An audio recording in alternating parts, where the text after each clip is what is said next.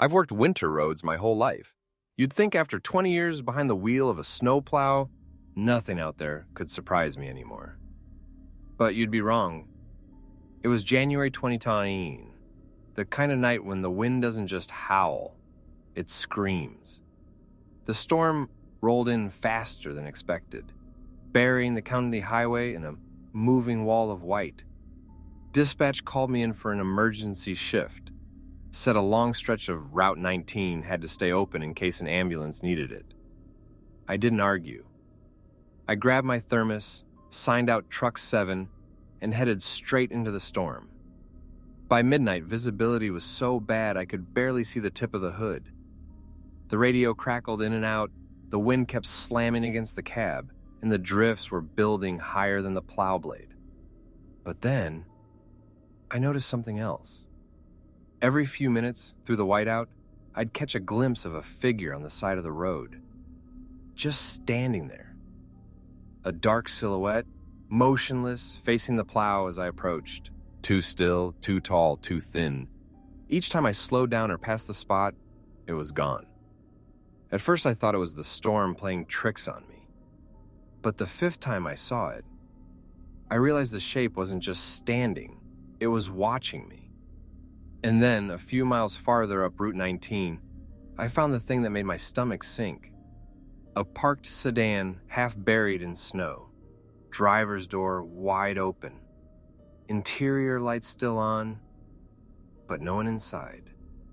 The storm was bad, but not bad enough for anyone to leave their car like that. I radioed it in, waited for dispatch to respond, but all I got was static.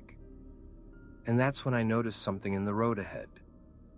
Faint, dragging tracks, almost erased by the wind, leading away from the car, directly into the darkness of the forest.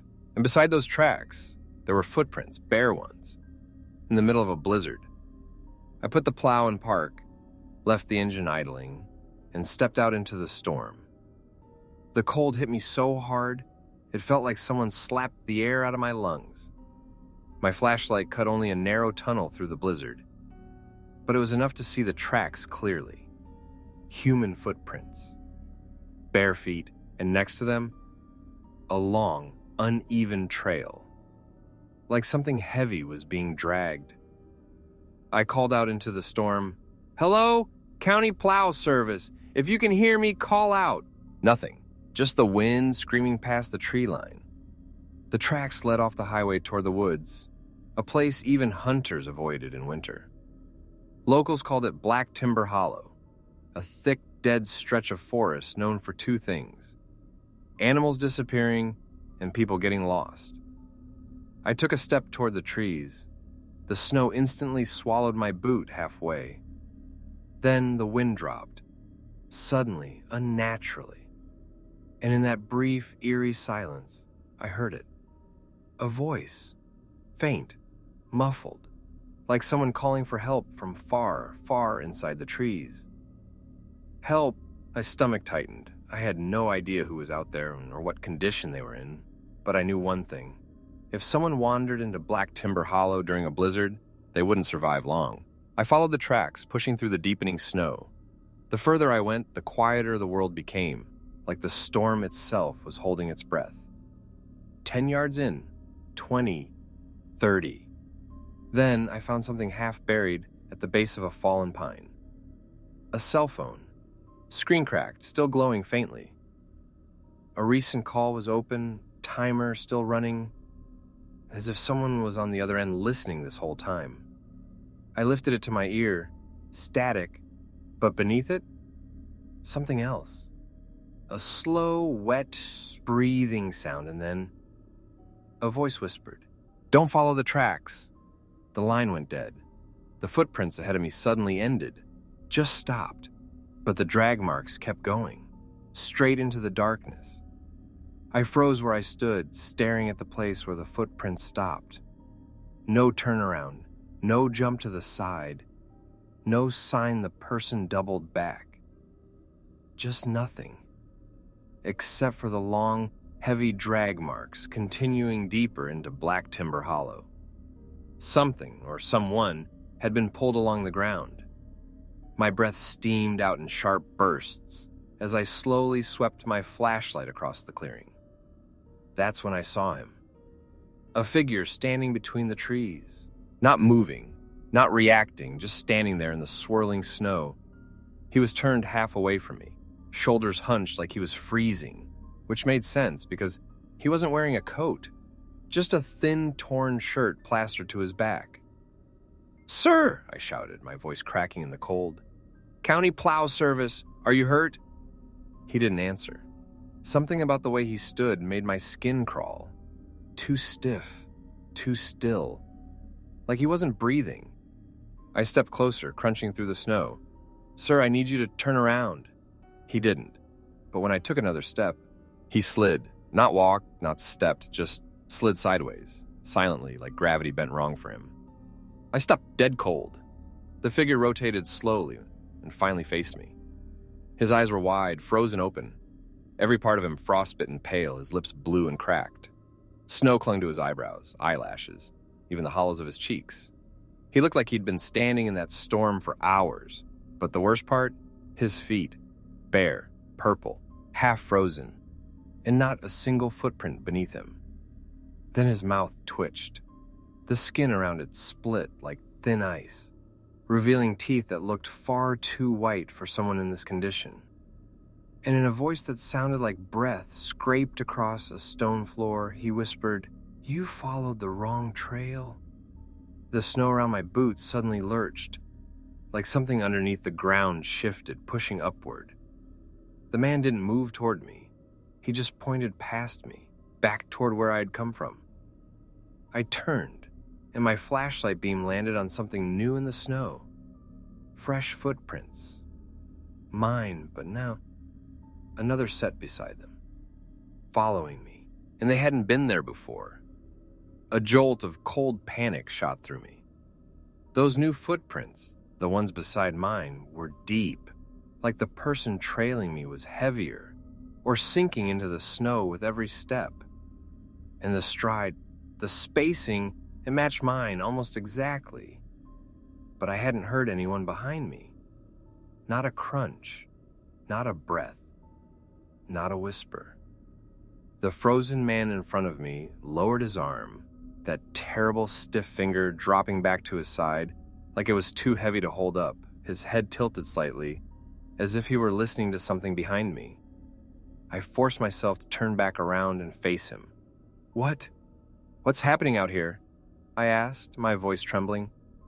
The frozen man's lips peeled even further, a sick cracking sound echoing through the trees. It wasn't a smile. It was more like the skin on his face couldn't keep up with the expression. "You shouldn't stop," he rasped. "Not in this place." Then something shifted in the forest behind me. Not footsteps. A deep, low groan, like weight dragging across ice or something forced to move against its will. I tightened my grip on my flashlight and stepped back. The frozen man didn't follow. He just stared at me with those unblinking, frost-burned eyes. You need help," I stammered. "Let me get you into the truck. We can—" He shook his head, a tiny, brittle motion. "I am already where I died." My stomach dropped. "And you," he continued, "are standing where it came for me." A branch snapped behind me.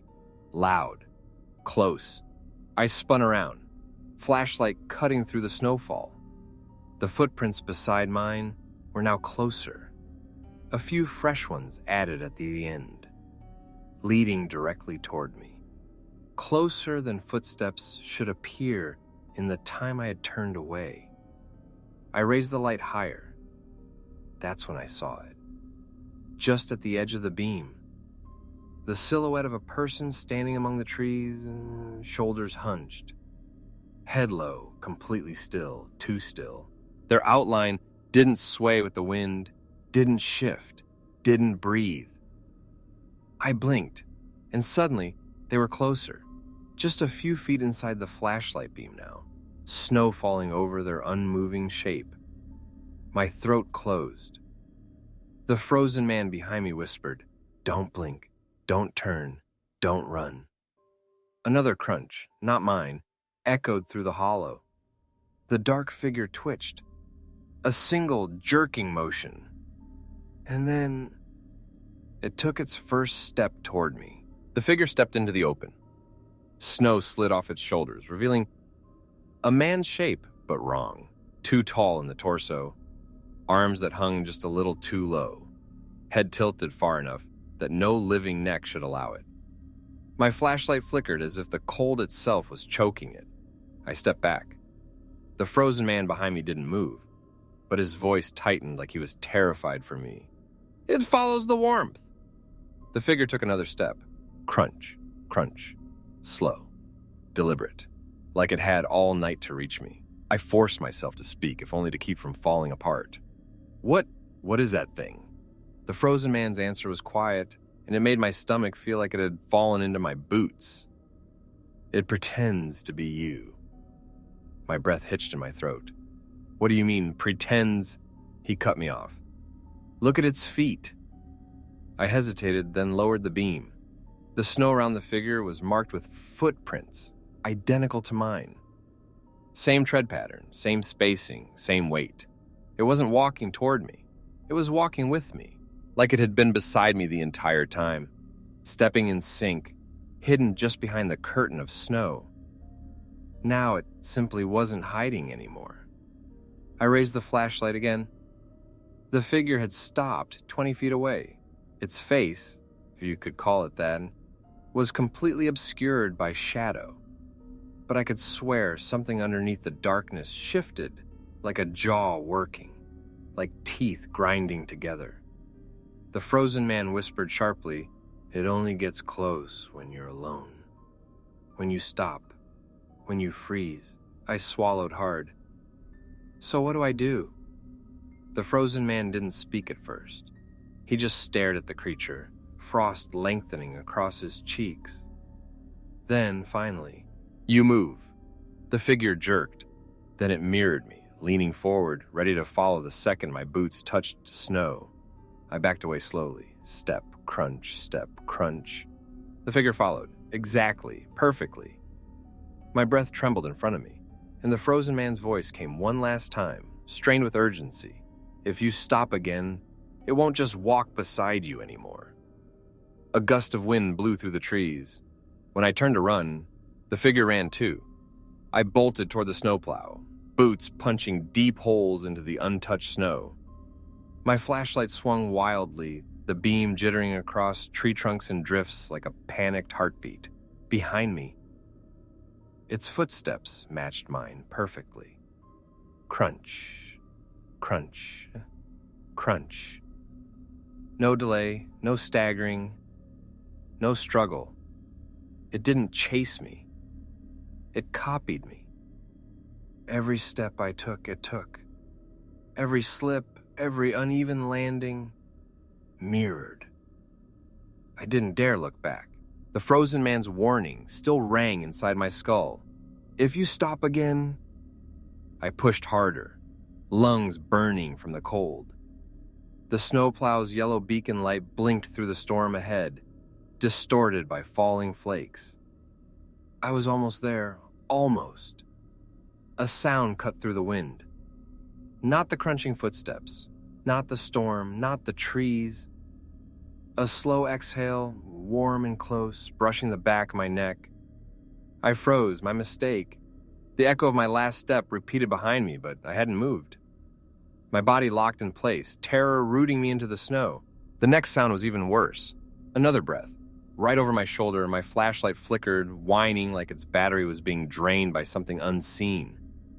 My hands trembled violently around it. I didn't turn around. Couldn't. My eyes fixed on the truck. 1, 2, 3 feet away. If I sprinted, I might make it. Then the whisper came, "Don't leave me."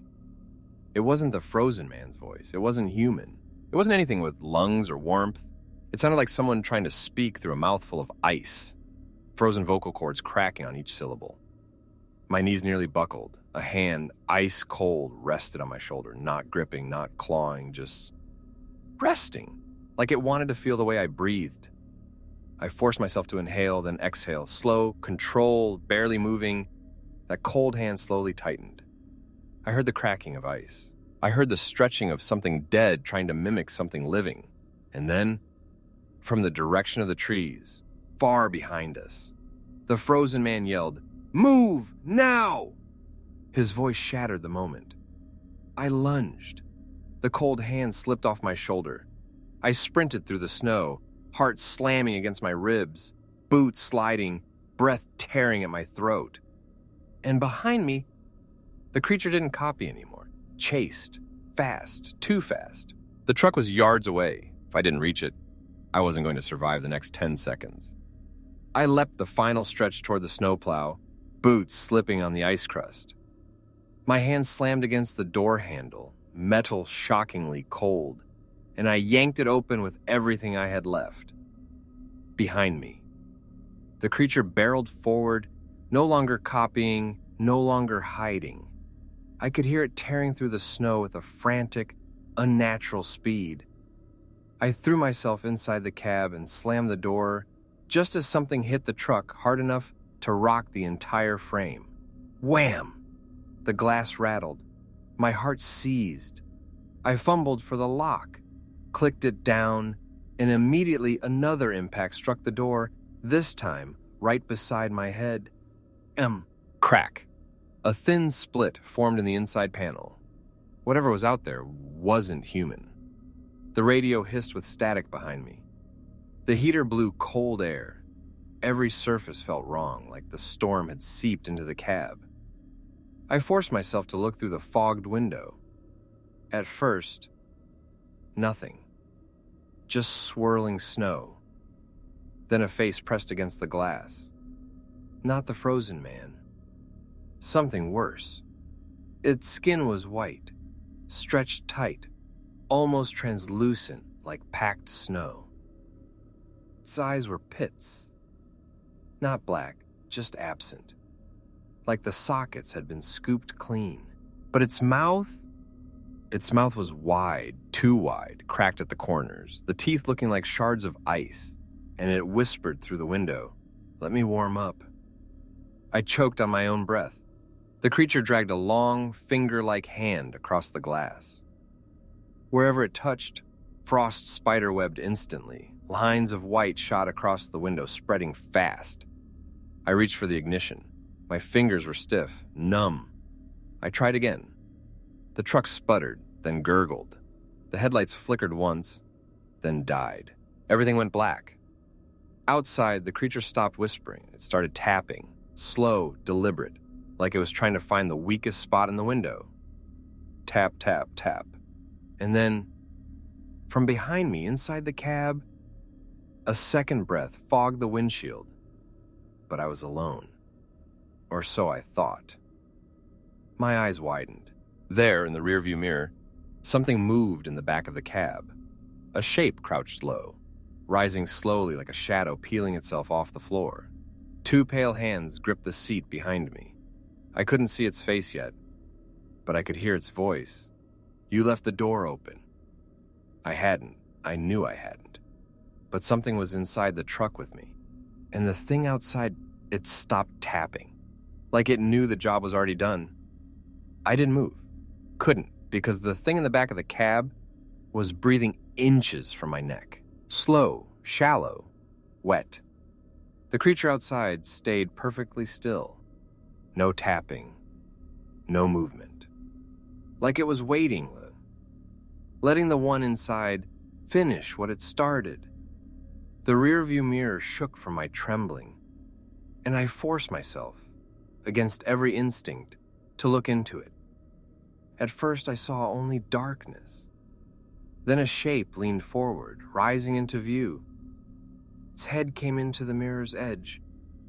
Then its face. Except it wasn't a face. Not anymore. It looked like snow had melted and refrozen over a human skull.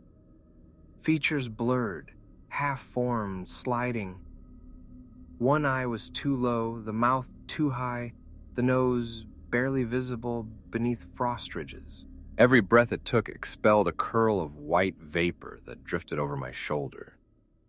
And then I realized something. It didn't claw its way in. It formed in here. Like condensation turning to ice, like it had grown from the cold itself. Its voice gurgled through a throat that hadn't fully decided where to exist. You shouldn't take the long route anymore. I slammed my elbow backward. My arm struck solid ice, not flesh, and pain shot up to my shoulder. The thing didn't flinch. It simply tilted its shifting head, studying me like it was trying to remember how humans worked. A hand slid over my seat back, fingers long, jointless, dripping frozen runoff. Then another. It was pulling itself forward. I scrabbled for anything, any tool, any switch, and my palm hit the plow's auxiliary power toggle. A spark snapped under the dashboard. The creature hissed. Not in pain, in recognition. Like it remembered something bad. The lights flickered weakly. The spark glowed again. A low hum vibrated through the truck's frame. The creature's unstable face rippled. Behind me it whispered, "Don't." But I flipped the switch hard. A surge of emergency power blasted through the plow's electrical system, headlights firing back to life in a burst of white. The inside creature shrieked, recoiling so violently its form broke apart, blasting into a cloud of frost that slammed against the windows like a blizzard exploding outward. And outside the second creature, it reacted too, not with fear, with rage. It lunged at the windshield. Crash! Spiderwebbing cracks shot across the glass. I threw the truck into drive. Snow roared beneath the tires. The plow lurched forward, light slicing through the storm as the inside frost cloud whipped violently, clinging to the corners of the cab like it was trying to re-solidify. Behind me, the radio burst to life again. A voice, faint and broken. "Keep moving! Don't stop, or they'll finish the route for you." I didn't dare look back. The creature outside was chasing the truck. Fast, too fast. And the one inside was reforming. I had miles of blizzard to outrun them, and no guarantee the road ahead was even real anymore. I don't know how long I sat there on the cold concrete floor shaking, trying to convince myself that the thing I saw wasn't real. But the screams echoing from deeper inside the building said otherwise. They weren't human. Not anymore. They had that wet, broken quality, like something trying to relearn how to use a throat.